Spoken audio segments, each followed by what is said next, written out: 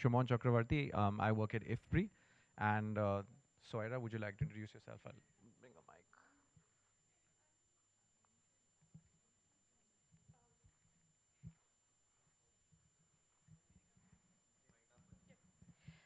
Hello, my name is Soira Gune. I work with Shumon at IFPRI, and both of us are part of the Nutrition, Diets, and Health Unit and based out of the New Delhi office.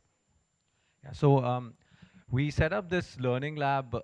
So this was kind of an exercise that Soira and I were working on for costing nutrition interventions. And it turns out the first thing that you need to do when you're trying to do population level costing is to estimate the number of people that you need to target.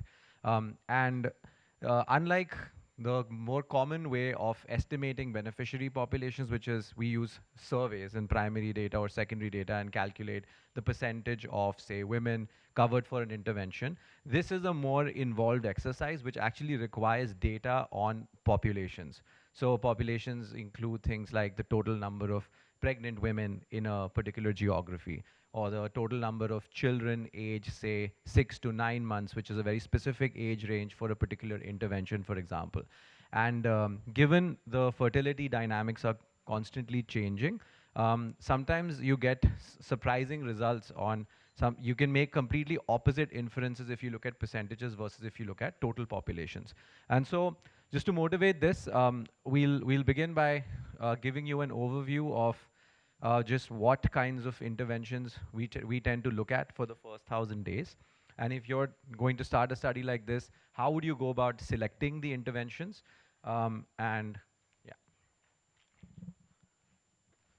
And how would you go about selecting the interventions? And then how would you go around defining the intervention?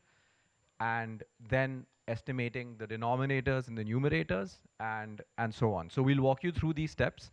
And we also have an exercise planned. So if whoever is really interested in learning these methods, we will share a link with you. I think it'll be better if we do it now so that those who are interested can download it. So maybe we can share the link. Sure. Maybe what I can do is I can write it down on a piece of paper and we can pass that around Yeah. and people can type it up on their laptops. Yeah, so what we'll have is it'll be a Dropbox folder where you can download an Excel sheet, and that Excel sheet has an exercise which you can work through and it's not a very involved exercise at all. It's just very basic math, but it'll just help to drive home some of the concepts to walk through. For those who are interested in doing that, please feel free to download that sheet, and we'll pass the link around. Okay, so here's this is a list of interventions through the continuum of care, and you can see there are a lot of them, and it begins with pre-pregnancy interventions, which includes the demand for family planning, and then during pregnancy interventions, which is antenatal care, and then neonatal tetanus, and then during birth, which is birth attended by a skilled attendant, and then postnatal interventions, which include postnatal care for babies, early initiation of breastfeeding, exclusive breastfeeding, and then later after 6 months, there's continued breastfeeding, complementary feeding, and then immunizations throughout this period. And then we have interventions during childhood, which include care seeking for symptoms of pneumonia, and then you have other environmental interventions. So you can see these interventions are structured through the continuum of care, starting actually before pregnancy to birth, and then into childhood. So these are actually recommended interventions. That's from the countdown to 2030. And this is towards tracking progress for universal coverage. But what happens in LMICs, since all of us work in these countries, we know that the countries themselves have their own interventions. And not all interventions are delivered exactly the same way across countries. So when you actually start doing these exercises within country, you have to open up the national documents and go through the policy documents to actually identify which interventions are first being delivered in the country, and then what is the target population that the country is targeting. So the difference in that is not trivial at all. It can make a big difference in how you cost things and how much resource is required. So typically what we use to measure a coverage of an intervention is We use this definition, which is it has a numerator and a denominator. The denominator is the most important part here because you have to understand that is the target population. That's the number of individuals that are eligible for an intervention. So that could be, for example, the total number of pregnant women in 1 year. And then the number of individuals who received that intervention is in the numerator, and then you get a percentage. When you're actually working with data sets, the numerator and denominator are kind of tricky to think about, but you end up with a variable that looks like a binary variable. It takes a value of 0 or 1. Now, if for all of the cases where the value is 0 or 1, that's your denominator. And for all the cases where your value is 1, that's your numerator. So if you're thinking about in terms of using a data set, that's what that definition boils down to. Typically, what do we use to assess coverage of interventions? We use data sets like the demographic health surveys. So for example, in India, it's called the National Family Health Survey, but it's the DHS equivalent. And then we also have the MICs, which are also used. So then in this workshop, what we want to do is we want to do three things. First, we want to identify and specify definitions of health and nutrition interventions. And then we want to estimate population sizes for the eligible populations. And then we want to calculate the actual number of beneficiaries covered by intervention. So there are 3 steps involved here. So the first thing we'll do is we'll walk you through step 1. And we'll be using an illustration of India, but you'll see that the data sets that we use are available across countries. And so you can use this method to estimate population sizes in most of the LMICs. We've done actually a scoping review of all of the data sets across the countries, and we find that in about 95% of the cases, the data sets are quite available. And so you'll be able to carry out this exercise in whichever country you work. Okay, so aim 1. How do we identify health and nutrition interventions delivered in the first 1,000 days in a country? I'll let Soira walk you through this part because she does this really well. Thanks for the compliment, Shimon. So, as you might be aware, there are global recommendations available on what countries should be delivering in terms of health and nutrition actions in the first 1,000 days. So we start at a more global level where we look at, for instance, documents which have been published by bodies such as the WHO or, for instance, UNICEF, which for instance, would recommend actions related to, let's say, counseling on breastfeeding or specific things which need to be done when a woman is receiving antenatal care to ensure her health and nutrition. So we start at this more, let's say, macro or global level where we first perform a sweeping review of the global literature, and this can be policy and both academic literature. Thankfully, this exercise has been done by multiple organizations and individuals already. So we just take from those guidances on which interventions we should be checking for when it comes to scaling up health and nutrition interventions. Next slide, please. So following our review of these documents, as Shimon mentioned before, 1,000-day interventions span from preconception to early childhood. So based on our review of these documents, we came up with specific interventions across these 4 life stages. So for instance, in preconception, we have micronutrient supplementation, we have family planning, and we have deworming. Pregnancy, the most important platform, as most of you will be aware, is antenatal care. So first we need to ensure that women are meeting the minimum requirements of antenatal care visits, and then we have energy supplementation, again micronutrient supplementation, and tetanus injection. Then during the delivery and postnatal period, now the most important platform becomes a health facility in which the woman is delivering. So there we need to ensure that she is firstly delivering in a health facility and that she is being attended to by a skilled birth attendant. And there are postnatal practices which are taking place post that. And then early childhood is very important in terms of micronutrient supplementation for, let's say, iron or vitamin A. And as you might be aware, many children in LMICs are very vulnerable to diarrhea, so we need to have interventions which are targeting diarrhea as well. And then another one, finally, we have is growth monitoring, where we need to ensure that the child is meeting specific growth targets, and if the child is not, that their mother receives counseling or their primary caretaker receives counseling. Okay. And so this is a set that's applicable for India, but if you would have worked in other contexts, you can probably already see a lot of interventions that are delivered in the country that you work in.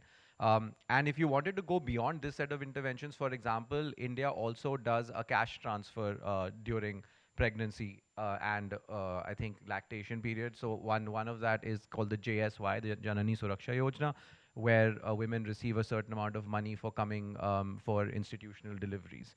Then there's also the PMMVY, which is the Pradhan Mantri Matru Vandana Yojana, where say women would get about 5,000 rupees on top of the JSY if they meet some of these conditions. So you could add other interventions depending on what the scope of your exercise was. We're focusing just on the specific health and nutrition intervention, so we haven't covered those, but this can be as broad or as limited as the scope of your own study is. So just to put that out there. So, Soira, can you walk through some of the documents that you used? Sure. So then once you have like a broad set of recommended health and nutrition interventions across the lifespan, then if you're conducting a country specific exercise, you need to assess how many interventions are delivered in your country.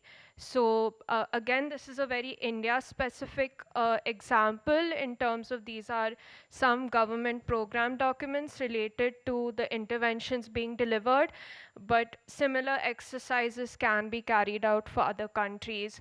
So as some of you might be aware, India does have a national anemia control program called the Anemia Mukt Bharat program, which has interventions related to IFA supplementation and deworming. Then we also have the MA program, which helps to promote early initiation of breastfeeding and exclusive breastfeeding. As Shumon mentioned, we have a India-specific cash transfer during the pregnancy and lactation period, the Janani Suraksha Yojana. So those cash transfers might be nutrition sensitive as well, and you might wish to include them in your exercise. Then we have the Mission Saksham Anganwadi and Poshan 2.0. So India has the integrated child development scheme where mothers and children receive food supplementation and health and nutrition education during the pregnancy, lactation, and early childhood period. Then Mission Indradhanush to identify what are the recommended set of vaccinations which are delivered in India during the pregnancy, lactation, and early childhood period. And for instance, LMICs might differ in what they include in their family planning interventions. So it's important to also look at references to identify, okay, what are the recommended set of family planning actions which we need to look for. And then finally, antenatal care, what is different countries might have different recommendations. So it's important to see how well those line up against global recommendations and what exactly should we be measuring and looking for when we're assessing the coverage of antenatal care in the data.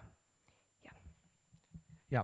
And I'll just add that, so if we were to tie this back to what we showed you about that equation with the numerator and denominator, essentially that's the information that we're trying to get from these documents. So we want to get information and try to define our denominator, which is the target population specified for each intervention.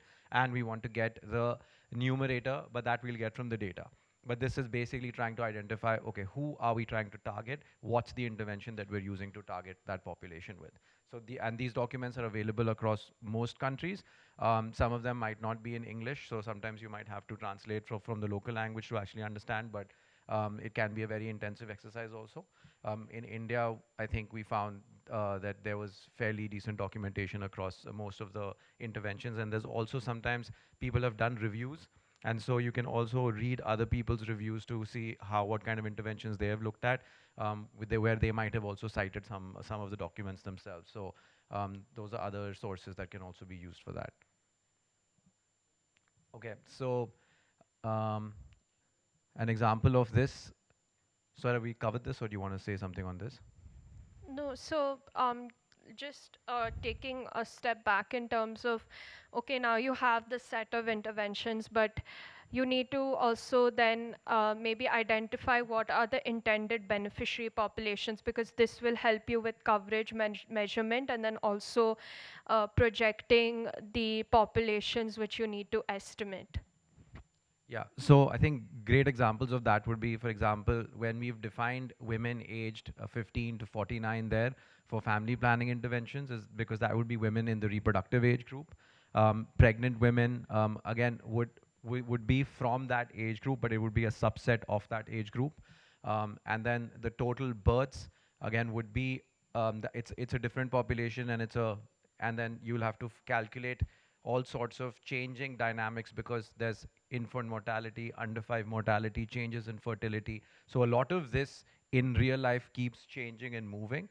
You don't capture those dynamics when you just look at coverage data, something like the DHS. So for example, when you look at a population of 6 to 36-month-old children, if with a very rapidly declining fertility rate, that population is quite sensitive and it can move quite fast. And we'll show you how that works, but just to sort of motivate where we're going with these. Okay, so defining the numerator and denominator for coverage. So the intervention, the standard definition that we use is the number of women who received 4 or more ANC visits during pregnancy. And here the denominator is the number of pregnant women. So how would you go around calculating this indicator? So for example, here we have just a screenshot from the questionnaire of the DHS. And the questionnaire asks a simple question: how many months pregnant were you when you first received antenatal care for this pregnancy? So the woman then tells you her first visit, and then how many times did you receive ANC during this pregnancy, and she tells you how many times she went for those visits, right? So and that is a fair bit of involved code, but essentially what we want to show there is you first generate a denominator variable where you say women ANC any skilled. So what we're trying to do with that is to find the denominator of women who were treated by a skilled professional during ANC. And so we set it to 0 with an if condition, and the if condition is subsetting it on pregnancy, right? And then when you say replace 1, if that condition is met, that means the denominator holds true, but you add another condition, which is that they have said yes to these questions, or the number. And so you would be able to calculate whether or not the woman had this ANC received.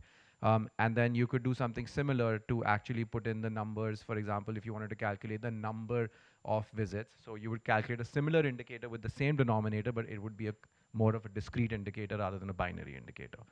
Soira, anything else to add? Okay. Let's look at another. This is an interesting intervention because immunization is usually targeted at children that are under 1 year. But because when we calculate the indicator for immunization, we want the child to have been exposed to the full set of interventions. So for example, they get polio at birth, but they also get it at certain intervals after that. And then they get other vaccinations as well. And so by the time that they're exposed to the full spectrum of vaccinations, there would be some age group. So if, for example, if I only looked at kids who were, say, 3 months old, they probably wouldn't have been eligible for some of the vaccinations. So in order to get the right indicator, I want to look at children 12 months to 23 months, because I know those kids have been exposed to all of the vaccinations. So that would be the right denominator to use here. So in this case, the first thing we do is we specify the denominator as children 12 to 23 months. The reason we want to use 12 to 23 months is because there's also recall bias. So if we use older age groups, then if we don't have the card, then we forget sometimes whether the child was vaccinated. So if you want to measure it accurately, you want to use the most recent recall period. So in that case, the most recent one would be 12 to 23. And then also the number of children who received all the basic vaccinations within this age group. So this one's a little bit more involved, so maybe Soida can talk about it. Yeah, so on the left, you can see snapshots from the Indian DHS.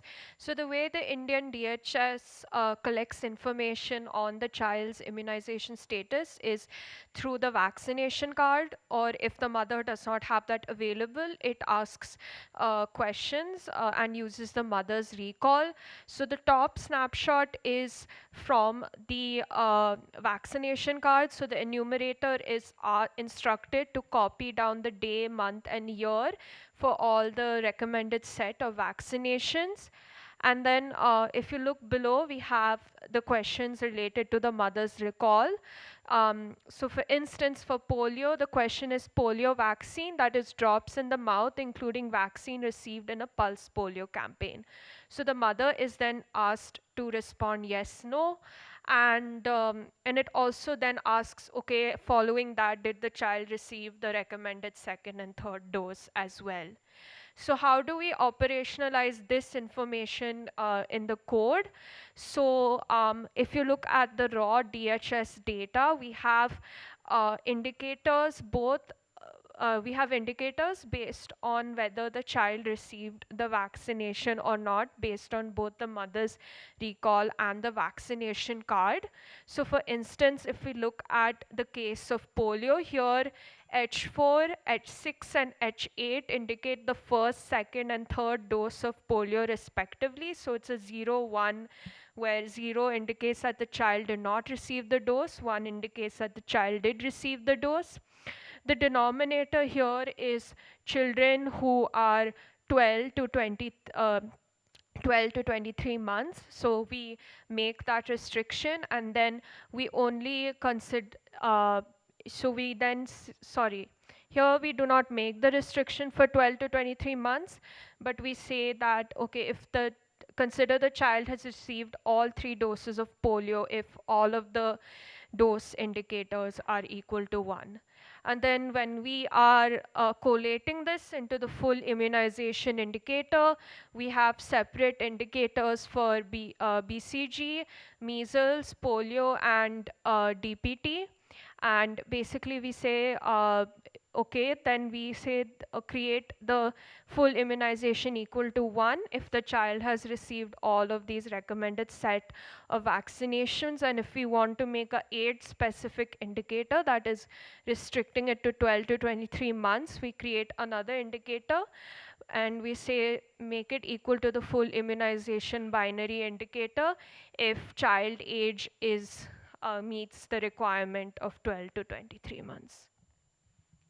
Yeah, and then you can do this exercise for specific vaccination interventions, or things also like vitamin A supplementation, which is also there for a very specific age group.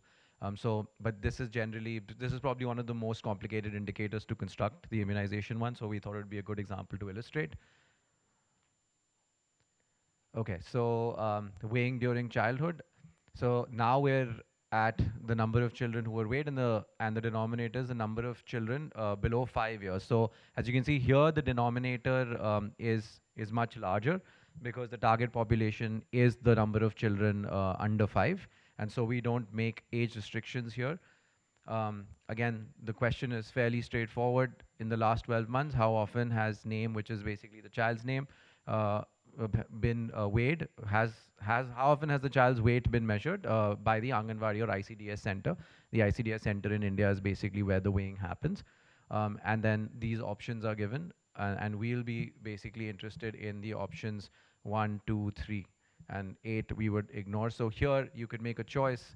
For example, if you don't want to consider the don't know option, you could set it to missing, or you could set it to 0 depending on your preference. But in general, it's, if you don't know the information, it's usually set to missing. and then zeros would be all of the kids who are eligible for this population, and then you replace it with 1 if they received it at all. And then similarly, you can calculate the number of times that they were weighed. So you can either make a binary indicator from this or a discrete indicator, right? And it's quite similar to the other things. Okay. So can coverage estimates alone be used to track an intervention, or what other data might be needed? So in this case, so for example, you might, so let's take the case of say ANC in India. We know that the proportion of women who report receiving ANC in the DHS data has increased over time. And so by looking at just the coverage numbers, we can conclude sometimes that yes, there is an improvement in service delivery. But when you do that at the population level and you calculate the total number of women who are covered, sometimes you don't come to the same conclusion because the actual denominator in the population has shrunk. And so when you're covering the same number of women with a smaller denominator, you're getting a higher coverage number. So what's happening in the population is that maybe nothing has changed on the ground, just fewer women are there in the system, and so coverage has gone up. So this exercise will kind of illustrate how we go about estimating the populations. Soina? Yeah, so I think a natural question for a lot of people who, when it comes to this, one of the first questions people always ask us when it comes to this exercise is, why can't we just use the health system data we are getting, or why can't we use projections from the census, or if uh, or let's say the vital statistics system which collects information on birth and mortality. Why can't we use any of these data sources instead? Why do we have to resort to an entire new methodology? So the main answer is data quality, because as we might be aware, data quality does remain a very pressing issue in a lot of LMICs. So for instance, when it comes to health system data, a lot of the time you might see in high income countries, the health system data is linked with the health facility, and usually this data is then used to track the beneficiary populations. But for instance, taking the example of India, the health system data in India faces data quality issues such as over-reporting or only reporting beneficiaries from public facilities. So the beneficiaries from private facilities are not captured at all. And uh, again, taking the example of India, India has not had a census conducted in more than 10 years. So any projections or estimations made using that data, we have to be very careful around it, because as Shumon mentioned, fertility dynamics in India and other LMICs have drastically changed over the past decade.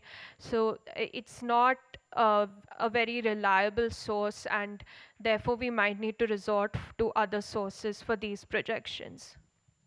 Yeah, and so when we think about the sources that we would want to use, is we want to use data sources that are actually pre-processed by an organization that is highly competent in dealing with demographic health systems data.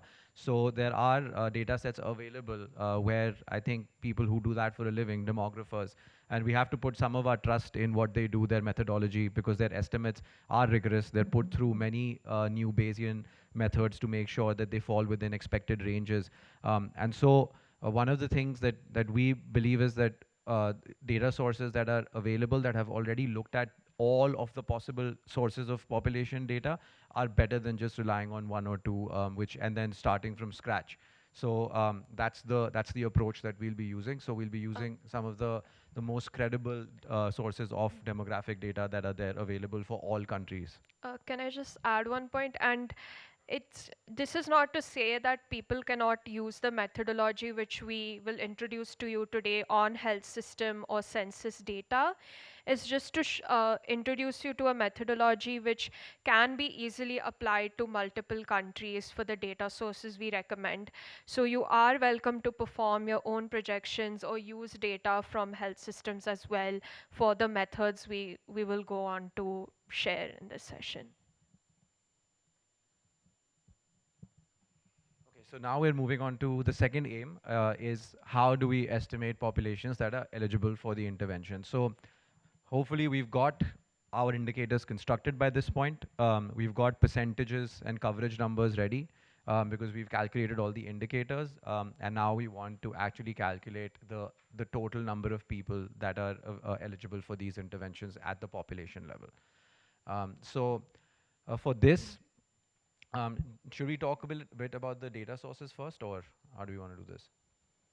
So we have the methods and then the data source Sources and then the later for the illustration. exercise. Okay. Yes. All right. So then we'll just do the methods first then. So in order to estimate the number of pregnant women, this is a very simple demographic approach. This is pretty much standard demography formula here. You start with the number of live births. So that's the total number of children born within a year. And then you want to adjust that number down for multiple births because one woman may have had, say, twins or triplets, so you want to account for that.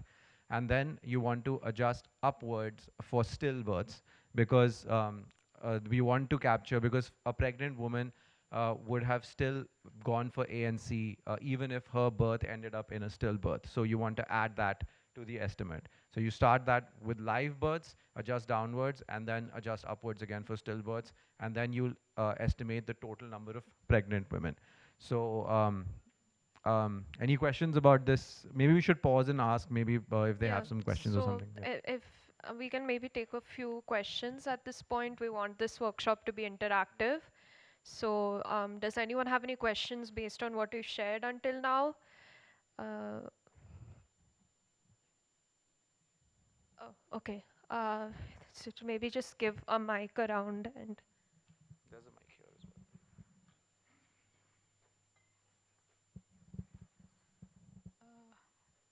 Again, this is with the India context, health being the state subject. Every state government makes some changes in their own programs. So how do you account for those changes in each of the programs state-wise when you do a national-wide analysis? That's a really great question. So again, this would depend on how involved you want your exercise to be. If you want to account for the state level interventions, then you will have to read the state specific documents, and you have to change the definition, the denominator for the indicator based on the state guideline rather than the national guideline. And so if, for example, we can say, let's say the cash transfer, the national cash transfer is 1400 for JSY plus 5000 for PMMVY. And then if you live in Tamil Nadu, you get an additional, say, 23,000 rupees or something like that. So what you would do then is you would have to calculate, if you wanted to do it for the Tamil Nadu guideline, then you should use that one and then also include the national guideline onto it and see who would be eligible. So for example, if PMMVY is only targeting the firstborn child, but the Tamil Nadu transfer has all children included, then you want to have the full denominator.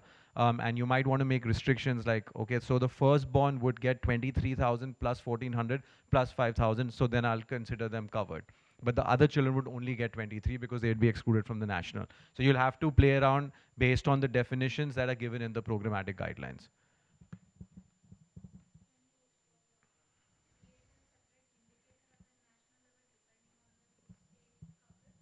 I would probably create two indicators. One would be an indicator based on just the national guidelines, and then one indicator that incorporates the state changes as well. So you could even just calculate. You could create separate indicators: one state, one national, and then you could create a third indicator, which is kind of if it takes on the value 1 for this one or that one, right? So you could then create it like that. Yeah.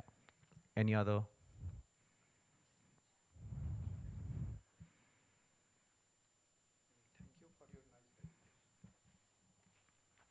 Is the mic on? Okay. Thank you for your nice presentation. Actually, you are talking about the utilization of the NFHS data. NFHS data actually sample survey data. They are not, it is not complete enumeration. Therefore, someone tried to analyze the sustainability of the effectiveness of different intervention. Then is it possible on the basis of NFHS data? Sustainability mean whether over time this intervention either effective or not. So we'd have to first get a working definition of effective.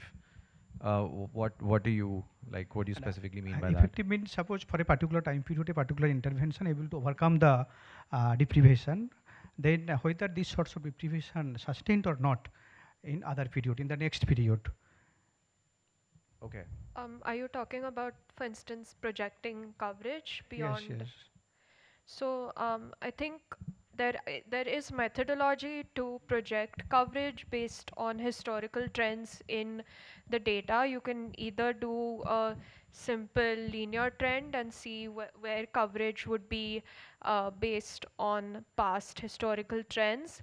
There's also, as Shumon mentioned, there is a growing field of Bayesian statistics where you take let's say for example, antenatal care depends on improvements in maternal education. So you would create, let's say, a model which accounts for the fact that maternal education does feed into antenatal care, and what would be the projections for antenatal care coverage based on different scenarios for the predictors. So I think you can use the NFHS data, but you might need to go even more back and include sources such as the DLHS and other more this, so you have a more rich time trend to feed into a model.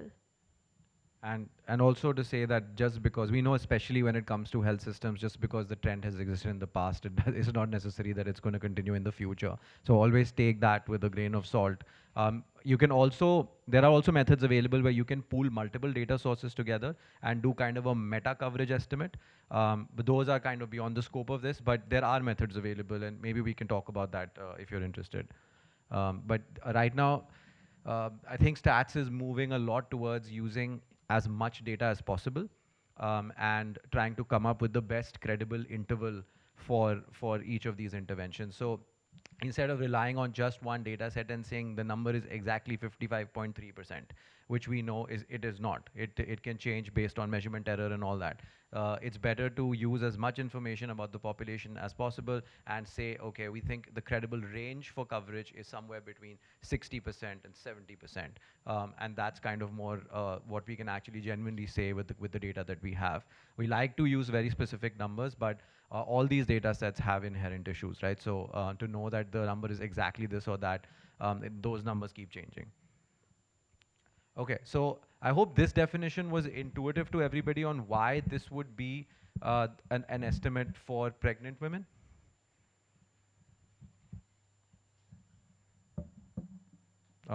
Just raise your hands if it makes sense, or if you would like us to go into a little bit more detail. So basically, okay, so let's say we start with, Shumon, maybe you can, if you press next, the equation will come. Yeah. So it's minus. Yeah.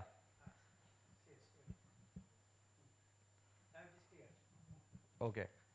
And does everybody understand why we're starting with live births as an estimate for pregnant women? Okay. Yeah. Just to make sure. Yeah. Okay. There was a question here. Oh no, behind you.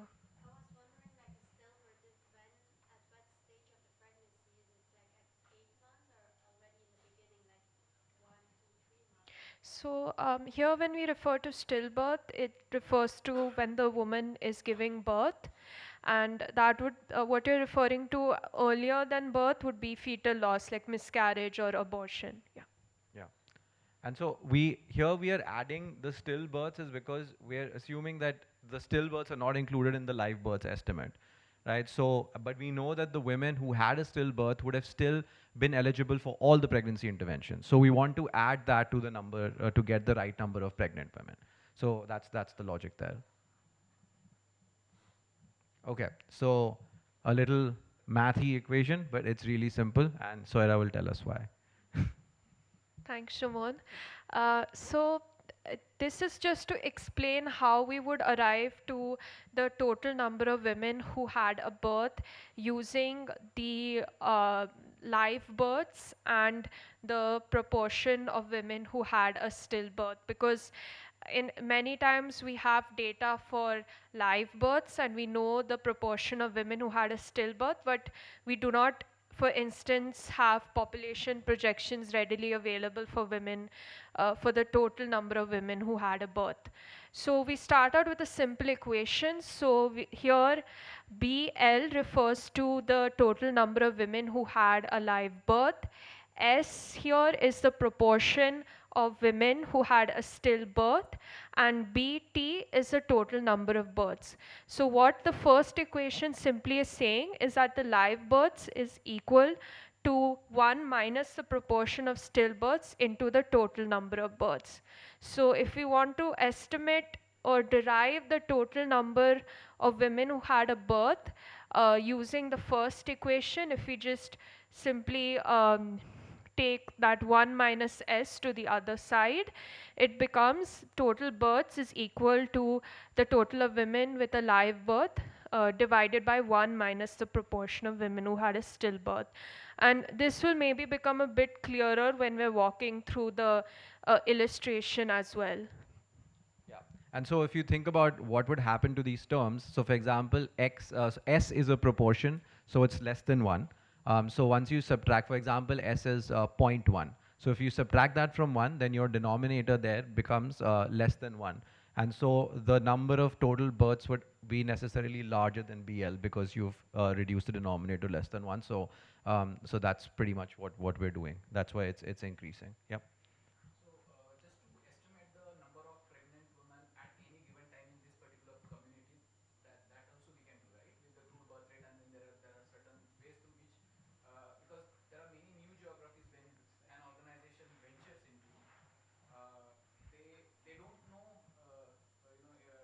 whom to contact, where to get this data from.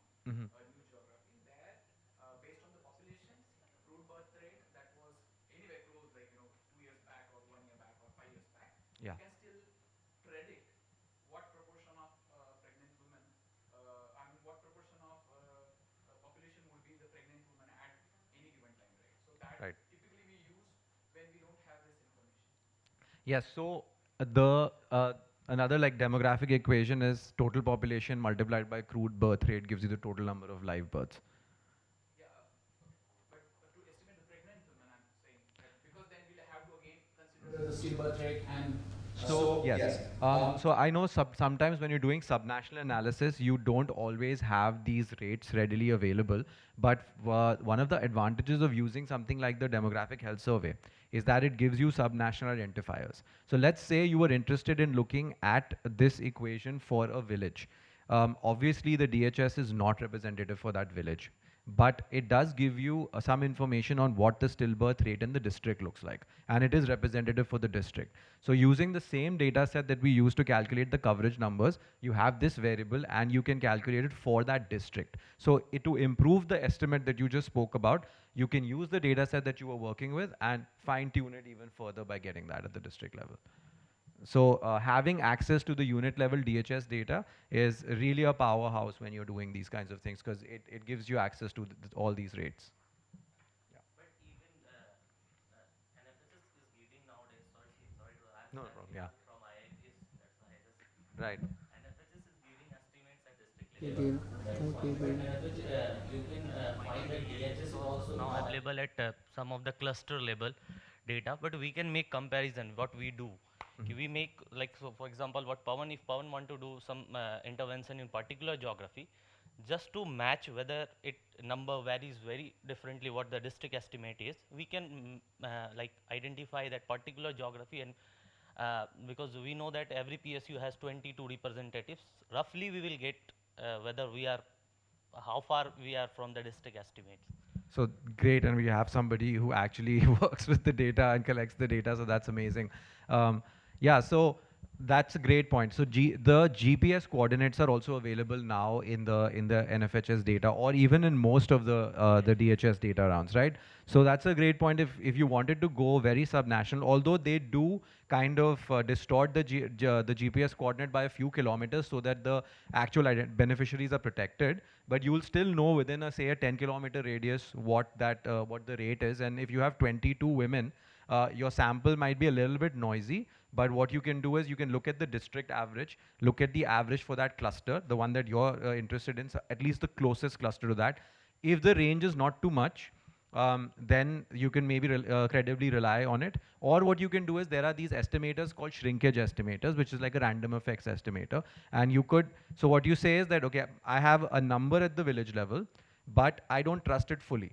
So what do? I borrow information from the district and adjust it either up or down based on, just so it's just to give it a little bit more credibility based on my knowledge of the surrounding area, right? So there are other ways of doing that as well, but thank you for bringing up. That was a great point, yeah. So now let's talk about how do we get the total number of live births. As you can see, the audience was already anticipating the equation even before we showed it. So maybe Soira will walk us through how it's done at the country level. Yeah, so just first starting off with what data sources we need. So we primarily focus on just two data sources, and this is to increase the applicability of the method to as many low and middle income countries as possible. So our first data source is the World Population Prospect Database, and this is managed by the United Nations and is available for all the countries. So from this, for pregnant women, we take the indicator total population, and we also take the crude birth rate, and this data is used to estimate the total number of live births. So this is just a snapshot of if you download the data, and let's say we ask for data for 2015 and 2020, this is how it would look. Yeah, and to say that these population estimates that are done by the UN are done by a very large team that looks at historic trends in populations and really uses the most robust population estimates that are out there to come to these projections. And so, for example, the last census in India is conducted in 2011. So obviously, these estimates rely on some assumptions on trends in fertility, but they are all adjusted using the most credible estimates that are out there. So instead of me using the 2011 census and making these projections myself, I would hand it to the experts who know this field, and that's why we would go for this data set. Unless you are a very competent demographer, which this team includes, I would hesitate to start doing that from scratch. And just putting that out there. Of course, if you're interested in subnational estimates, it's a different question. But you can also rely on these data sets to benchmark your own estimates at the state level. So this really becomes the starting point to look at the population trends. Another thing is 2015 and 2020. Why do we want these 2 years? Because these are the years where the Indian National Family Health Survey were collected. And so that's why we're looking at these 2 years. Because we have the coverage numbers from the unit level data sets for 2015 and 2020. So these are the years that correspond at the population level with those surveys. Yeah, so the second data source is the Demographic Health Survey, and this survey is, as you might be aware, conducted across multiple low and middle income countries. And from this we estimate two indicators. The first is the percentage of children aged 0 to 12 months, so who were born in the past year, who are second or third born in multiple births. And this we use to adjust the number of live births downward for multiple births. And then we also take the percentage of pregnancies that ended in a stillbirth, because if you see here, if the woman does not carry to term, she is asked a question on what was the outcome, and the DHS collects information on stillbirths. Any questions about these? Okay, so move on. All right, so now we'll just walk you through just a very simple numerical example of how these numbers change. So if you just look at the 2015 column and you look at step 1, which is estimating the number of live births, you begin with the crude birth rate that we got straight from the UN database. They estimated it to be 18.8 in 2015. They have a estimate for the total population in millions, which is estimated, so it's about 1.322 billion people. And then you just need to, and because the crude birth rate is per 1,000, so you adjust that number. And when you multiply the two, you get to the total number of live births estimated in millions is 24.8 million. So this is a simple multiplication, and then you arrive at that number. You do the same thing for 2020, and then you can see that the crude birth rate has declined. And this is what we were talking about. The fertility dynamics are pretty sharp here. Within 2 years, we're estimating a decline of the birth rate.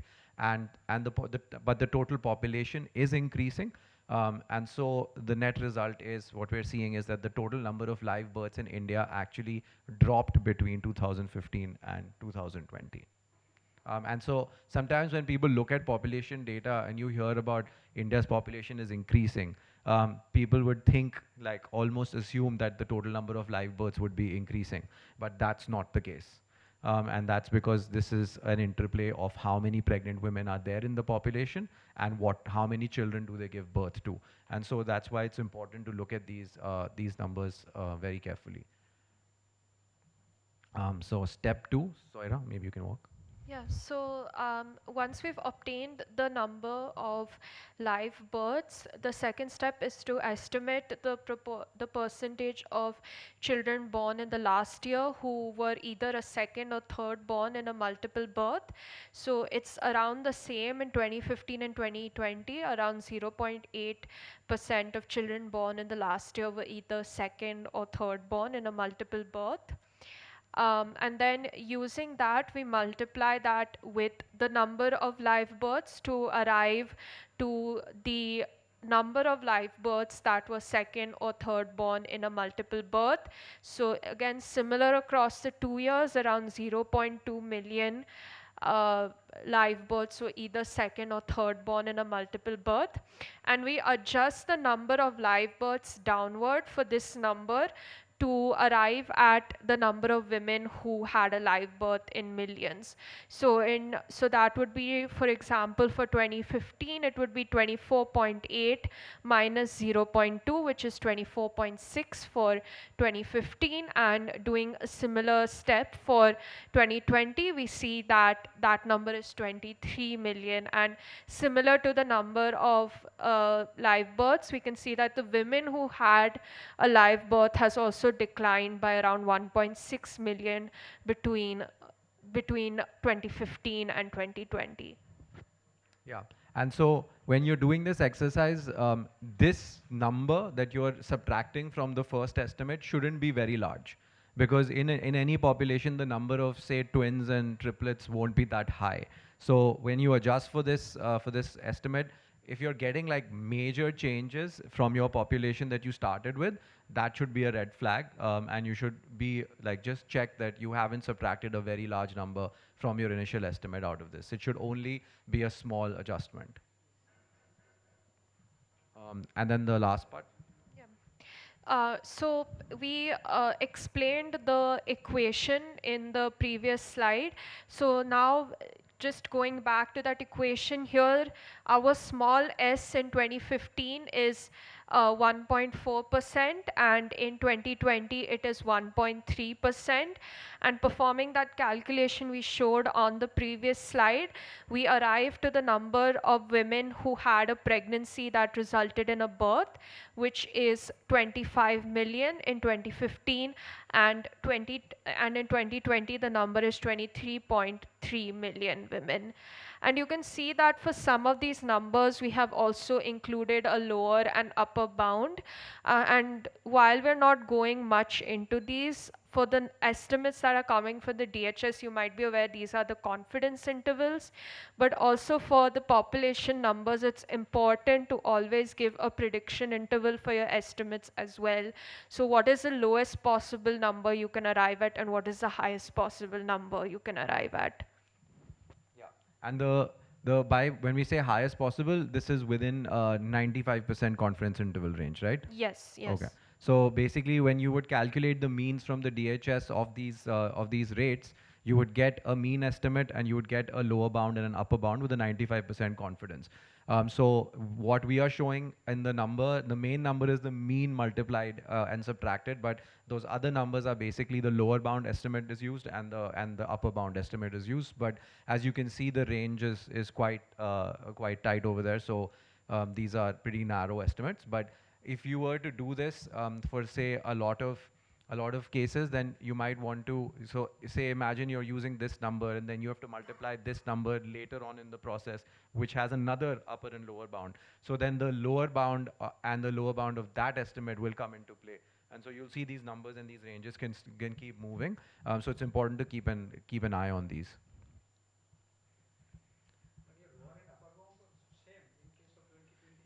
So the reason for that, So, yeah.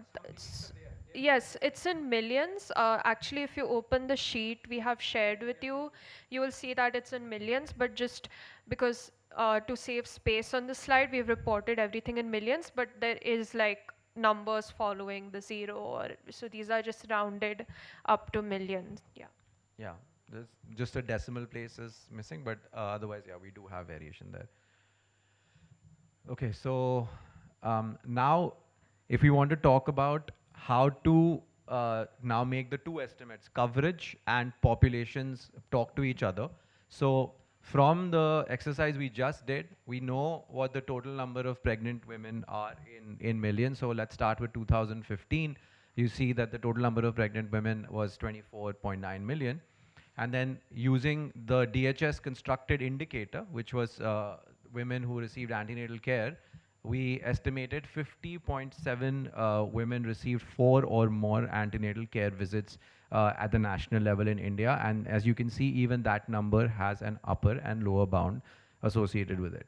So essentially now, when we want to estimate the total number of women who received antenatal 4 or more ANC visits, we have the numerator, the denominator, which is that population.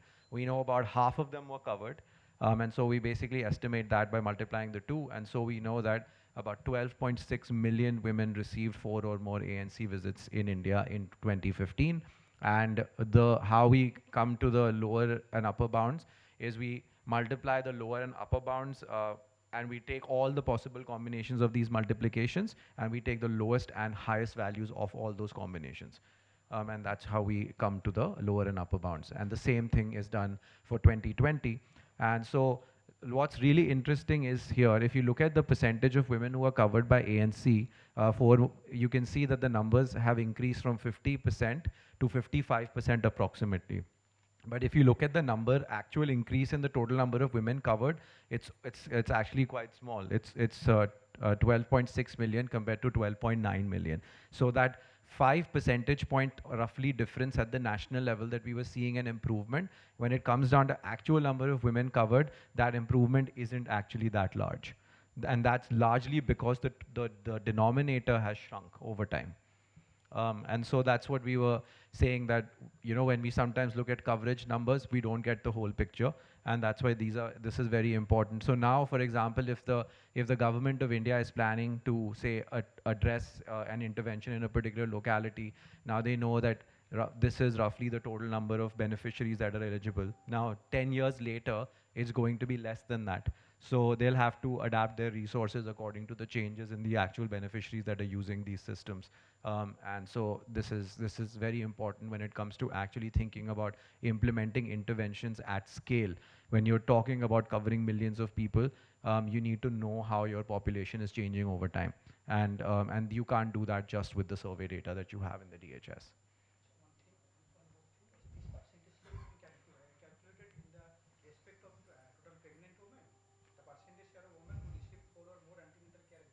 Yes, this is estimated using the NFHS data.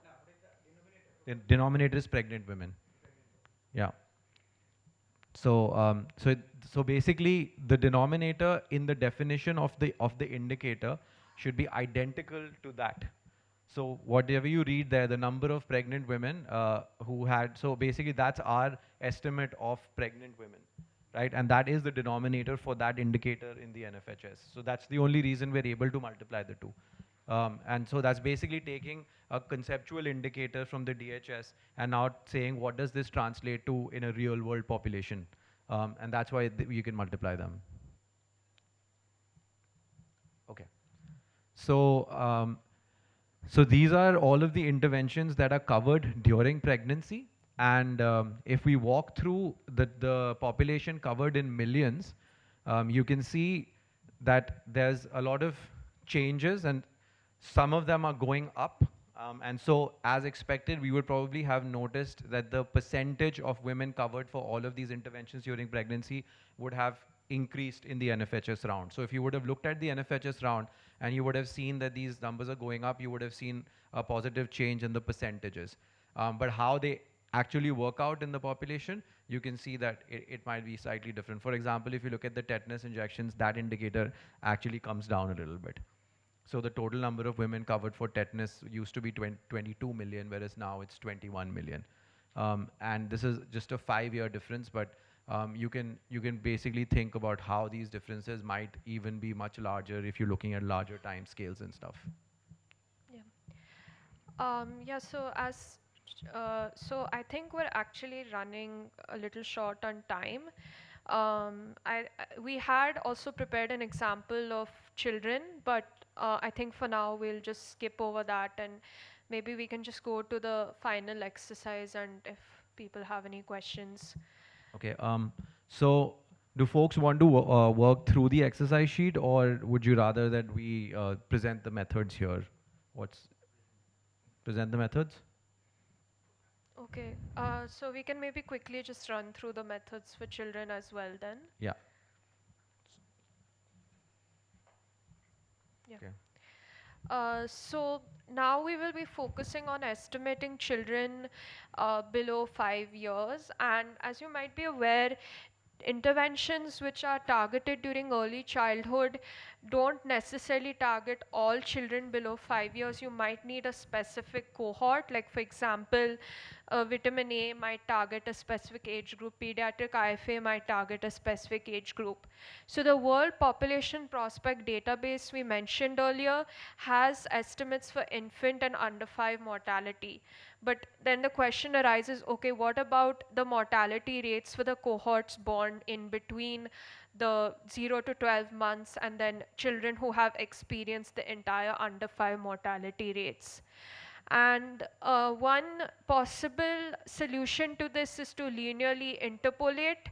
So that would just be make a linear trend between the infant mortality rate and the under 5 mortality rate you have from the database. But this would not be a recommended course of action because children experience mortality at different rates, and as you might be aware, infants and younger children have higher mortality rates compared to older children. Next, please. Next. So the solution we came up for this is to assume something in demography which is called proportional equivalence.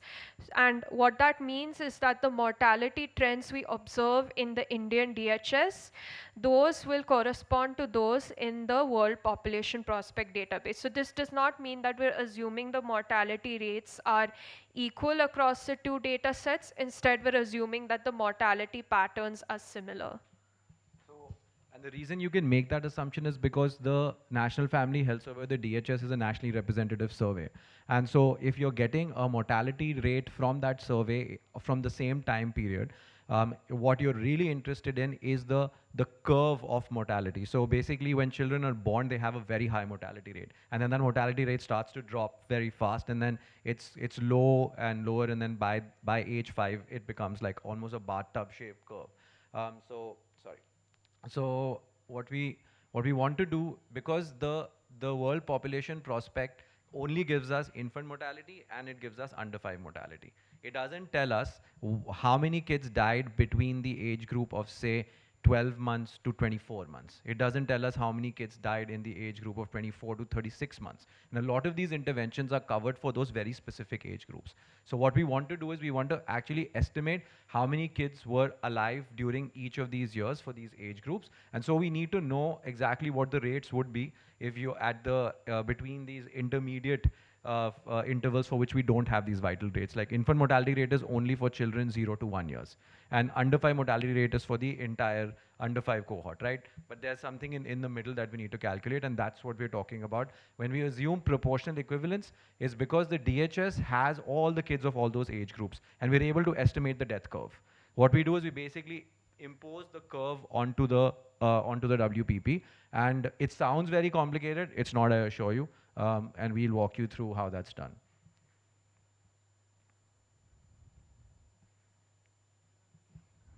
Was that, did we explain that already, right? I think we did. Yeah. Yeah, we can skip that. Yeah, so just quickly going over what data we take from the world population prospects. So again, we need the total population and the crude birth rate for all cohorts born in the last 5 years. And we use these to estimate the number of live births in each cohort. But additionally, we also need the infant mortality infant mortality rate for the year we are interested in, along with the under 5 mortality rate. Yeah, so if you look at 2015, the infant mortality rate in India is estimated to be 34.7, and by 2020 it drops to 26.6. And then the under 5 mortality rate is 43 and 33. And these are per 1,000 live births. Right. Okay. So should I go back? I hope that was clear till that. That was just the data set, and all we did is we pulled the data from the data source. Okay. So now we go about the proportional equivalence, and so you can construct your cohorts of age groups 0 to 11 months, 12 to 23 months, 24 to 35 months, and so on, all the way up. So if you think about it, the 0 to 11 month age group is exposed to the infant mortality rate. And the under 5 population is exposed to the under 5 mortality rate. And what you have is all of these intermediate like age groups for which we don't have a mortality rate. But what we do know is that as a child ages and has experienced the entire under 5 mortality, should eventually end up to that rate. So imagine I'm born and I survive, but I had a chance of dying in 2015 of 41.4. But then when I'm between the ages of 1 and 2, my mortality rate, the risk of death is much lower. But I need to survive that interval as well. And then I move on to the next interval and it drops even further, but I need to survive that interval as well. And then eventually I make it to age group. So then we can, so using this assumption that these rates change in this shape, we are able to estimate how many children die within each of these age groups. So is there anything specific that you want to explain? Nothing. So how do we get these numbers? Just briefly going over that. So there is a package on Stata called Sync M rates, and we use this package to estimate both the infant mortality rate and the under 5 mortality rate alongside the mean mortality rates for the cohorts in between. So like 12 to 23, 24 to 35, 36 to 47, and 48 to 59. And logically, the under 5 mortality rate we estimate should be equal to all of the mortality rates from 0 to 59 months added together. Right. So one other thing that is that's important there is, I'm kind of blanking on what I was about to say because the timekeeper just showed me that we have 10 minutes. Okay, if it comes to me, I'll bring it up again. Yeah.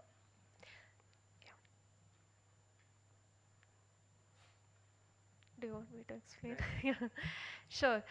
So the first step is, okay, we want to understand what is each cohort's contribution to the under 5 mortality rate, which we obtain from the DHS. And to simplify this illustration, we're just showing you 2020 for now. And what we arrive at is that, so for instance, how do we estimate the contribution to the DHS under 5 mortality rate? We simply take the DHS mean mortality rate for the cohort and divide that by the under 5 mortality rate. So for instance, for the 12 to 23 month cohort, that would be 2.3 divided by 39.3, and that leads us to around 0.06. And this implies that about 6% of the total under 5 mortality is coming from children who are aged 12 to 23 months. And as you can see, like the curve which Shumon was mentioning earlier, the mortality rate does decline as children become older. Yeah, and so yeah, I just remembered. So basically, these rates are calculated from the DHS. The DHS has a large sample size, which gives us a credible estimate. But the smaller your geography, the harder this is to do, because mortality rates are very difficult to calculate with small samples. So if you are doing a national level exercise and you have something like the DHS, it has been sampled to be able to give you these rates properly. But be very careful if you're using subnational geographies, because these rates are not very stable, because the number of children that you're using to calculate these death rates becomes smaller and smaller, and the sample becomes noisier and noisier. So what we suggest here is, and this is done typically in demography, that these rates follow standard paths in typical human populations. So if you know what that trajectory looks like from a credible data source, you can extrapolate that down to a lower geography, and that would be a better assumption to make than actually doing it for that specific geography where you don't have a credible sample size. Yeah. So following that, the next step is extrapolating, or uh, the proportional equivalence concept we talked about is so to do that, we apply the contribution to the DHS under 5 mortality rate to the under 5 mortality rate from the world population prospect. So the under 5 mortality rate in 2020 from the world population prospect was around 33 per 1,000 live births. And if we and then, as mentioned before, we just take the infant mortality rate as well from the world population prospect database. So for the mortality rates in between, what we do is we multiply the contribution to the DHS under 5 mortality rate with the world population prospect under 5 mortality rate.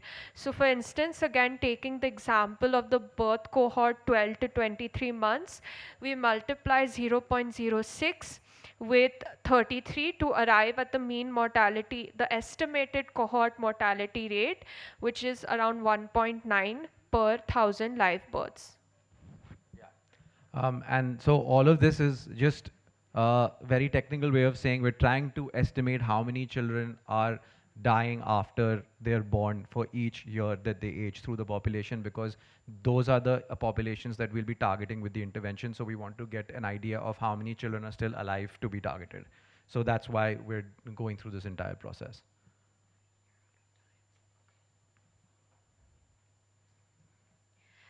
So yeah, I was just told we are out of time. Okay. So we will try to wrap up in the next 5 minutes. So just just moving through this. So now that we have the estimated cohort mortality rate, we estimate the cumulative mortality rate for each birth cohort. So again, for instance, taking the example of the birth cohort aged 12 to 23 months, they would have been exposed to the infant mortality rate and the additional mortality from the age group of 12 to 23 months. So to estimate their cumulative mortality rate, we take the infant mortality rate, which is 28.3, and add it to the mean mortality rate for 12 to 23 months.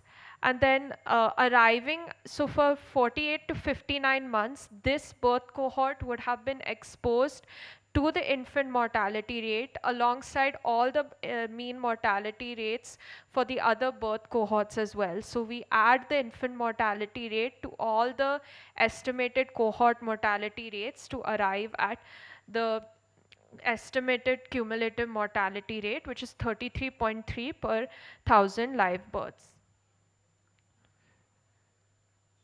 Okay, so just as the final, I think let's quickly just give them the final estimates for children and just wrap up, I guess. Yep. Yeah.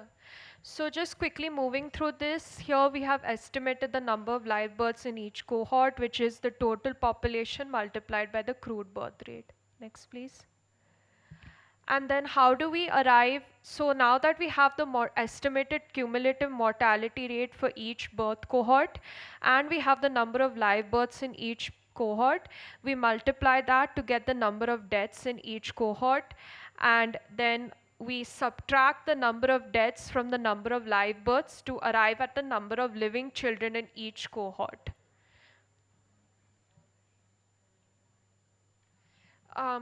just taking the example of full immunization, as Shumon mentioned before, for coverage, our population of interest might be 12 to 23 months. But if, for instance, I'm designing an intervention to increase the coverage of full immunization, my population of interest might be 0 to 11 months, because these are the children who will be going to get immunized. So then how do I estimate the number of children to be projected to be fully immunized? So looking at 2015, the number of children aged 0 to 11 months was 24. I multiply that with the coverage for full immunization and then arrive to the number of children projected to be fully immunized, which is 15.1 million in 2015 and 17.2 million in 2020. And you can see that despite the number of children declining between the 2 years, the increase in coverage was substantial enough to outpace that decline. So the number of children who are fully immunized have increased between the 2 years. Okay, so I think we're out of time. We have a paper that's almost accepted in a journal, and it has all these methods outlined there. So for people who are interested, that paper should be coming out soon, hopefully, and we can share the link, or you can like talk to us after the session. Yes, and could you go to the last slide, please? Last. Yeah. So my email is here, and you can also just scan that QR code if you want to drop me a message. Let me know if you want me to share the presentation slides with you. And the Excel sheet we shared with you will also have the methods for other population groups you might be interested in, like lactating women, or total number of births, or women with a demand for family planning. Yes, it's available in the Dropbox link we've shared, or you can just scan this QR code or drop me an email and I can share the links with you. Okay. Thank you so much, everyone.